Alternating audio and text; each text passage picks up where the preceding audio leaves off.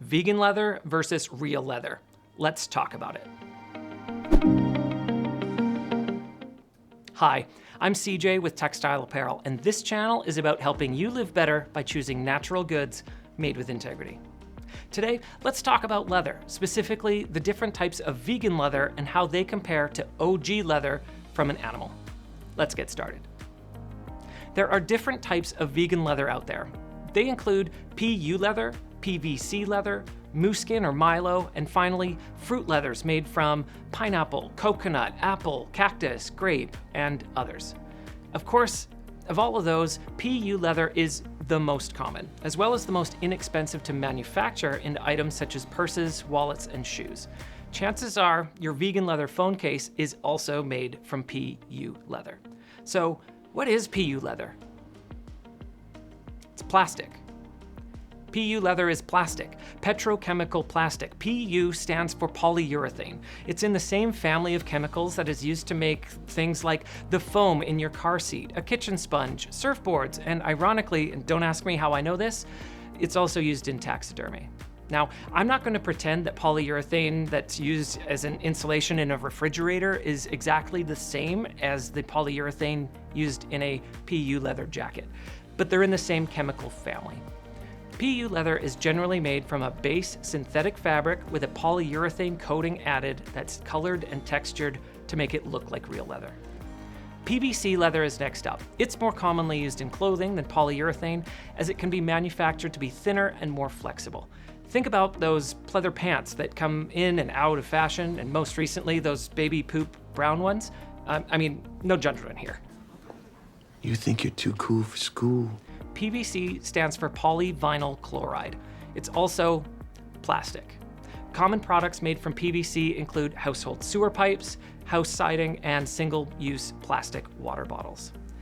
I can't think of a single solid use case for PU or PVC leather over real leather beyond the fact that no animal products are used. In terms of clothing, real leather will be more comfortable and longer lasting.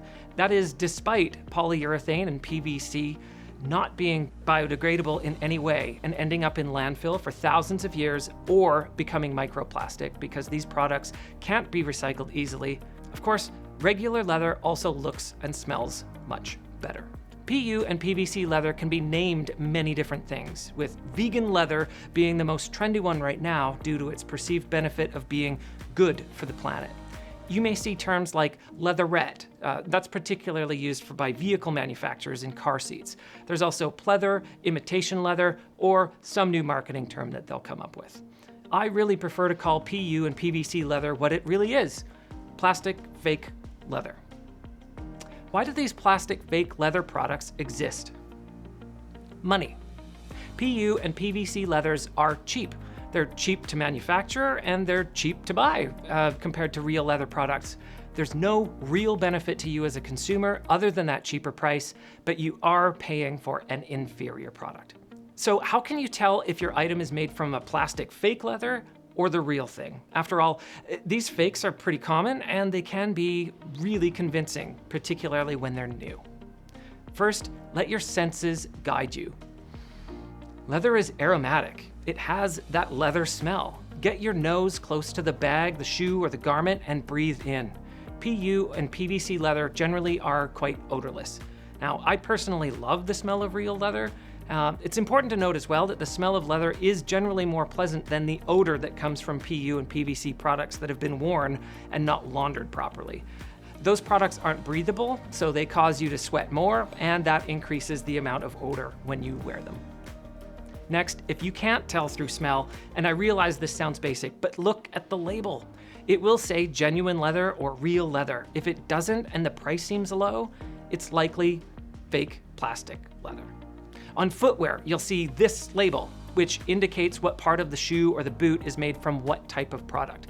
You want to see that hide-looking icon. That means real leather. For accessories such as handbags, the first thing I look for is the brand. Is it a fashion brand or is it a brand that is focused on craftsmanship? Is the price too cheap to be made from a quality material like leather? Next, look at the edges of the material. Real leather has a rougher texture on the edge than most plastic leathers, where you can actually see the hide or the grain in it. Finally, I like to feel the item and really pinch it between my fingers. Real leather will feel more natural than fake plastic leather. So with the benefits of real leather clear against fake plastic leathers, what about the other plant-based alternatives I mentioned earlier? First off, plant-based vegan leathers are currently quite rare, as production has been difficult to achieve at scale. So chances are, if you see something that isn't real leather, it is fake plastic leather. Having said that, there are what I would call genuine vegan leathers, as in they're made from plant materials, and they are pretty neat. Mooskin and Milo are two types of mushroom-based vegan leather. Mooskin is quite artisanal, and Milo, which is being turned into bags and footwear at very limited quantities, does require plastic in its manufacture process. Piñatex is a vegan leather product that is made from the leaves of pineapple trees. Those leaves are spun into yarns that are currently used in some footwear products, particularly from Portuguese brands. Lastly, one of the more commercially available vegan leathers is cactus leather, primarily sold under the Deserto brand. I think that this product shows incredible promise, but it isn't quite ready for widespread adoption in the fashion industry. Currently, their cactus leather is made with about 10% plastics and is not fully biodegradable. This is one to watch out for though, because they're working really hard to make that product plastic-free.